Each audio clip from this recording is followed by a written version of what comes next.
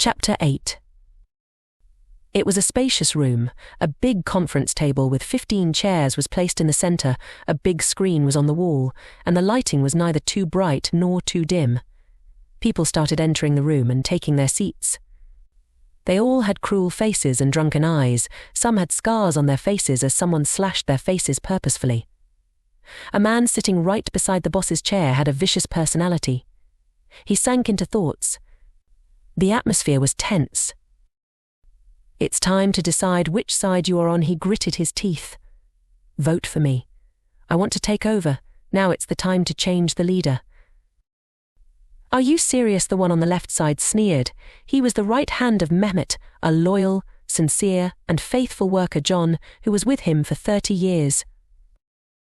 "Your faithfulness doesn't give you any reward, my dear fellow. It's better to open your eyes."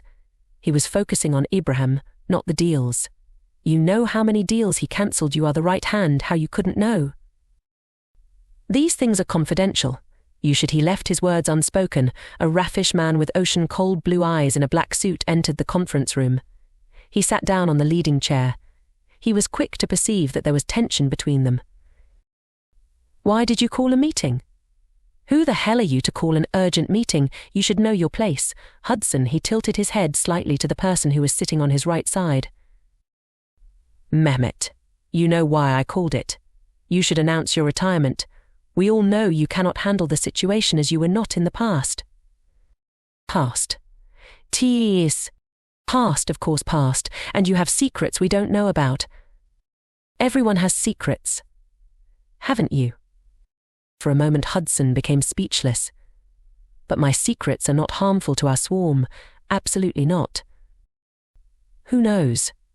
For example, right now I don't know the hidden agenda for calling this meeting, to ask me to retire. Are you serious? Do you think I can believe this? Spit it out, Hudson."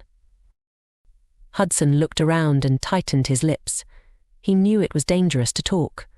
They all were his shadows except two persons he had to divide and rule, and for this, he needed to be patient.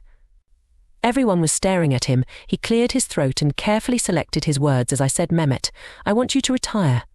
It is a suitable time for this, so you can train the next leading person." "And who is the next leading person?" "Me," Hudson said and stood up. His guard took out his gun and aimed at Hudson, waiting for Mehmet's permission. Mehmet shook his head in denial, and he lowered his gun. Hudson left the room. "John, shall I announce it? What's your opinion? I am sensing the betrayal." "Me too, shall we?" "No," he paused. "This is not the solution. I think he is right." John set up a meeting with Ibraham. What? Why? John was surprised. Is he thinking of surrendering? If it is the situation, what should he do to stop him? "Do as I said," he replied, and left the room. Johan didn't react for a while. I must give him some time, and he decides it impulsively. Maybe he changes his mind. John decided.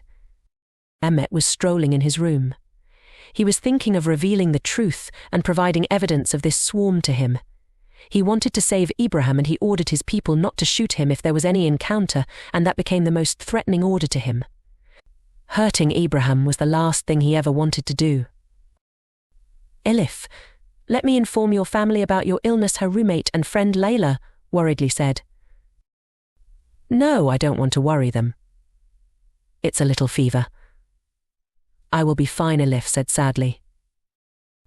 "A little fever. It's been a week, you fool. Look at you, looking like a ghost because of fever."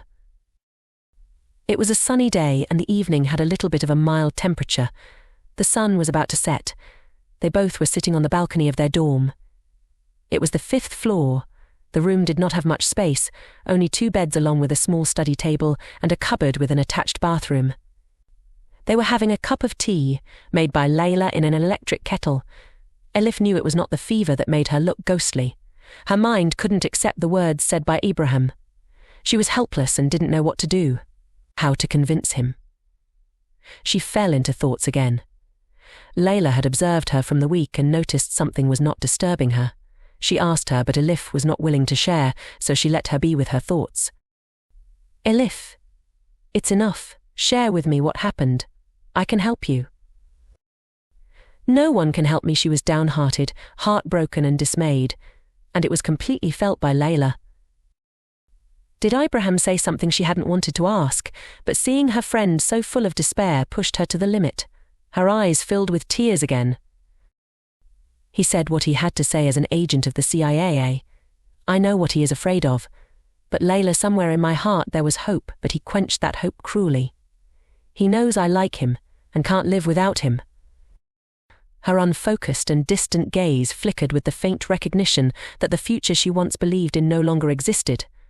Her empty and dull eyes made Layla terrified.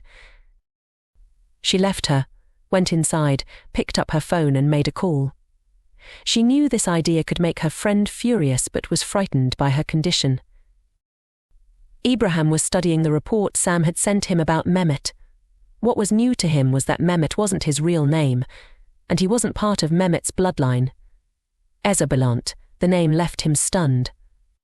He opened the drawer of his desk, took out the picture of his mother, and with shaking hands placed it beside the photo of Essa, the two faces staring at him from different corners of his life. The phone, which had been ringing incessantly, fell silent, and for the first time he didn't know what to do next. His breath was shallow, almost imperceptible, as if the air around him was too heavy to inhale. His world was unraveling.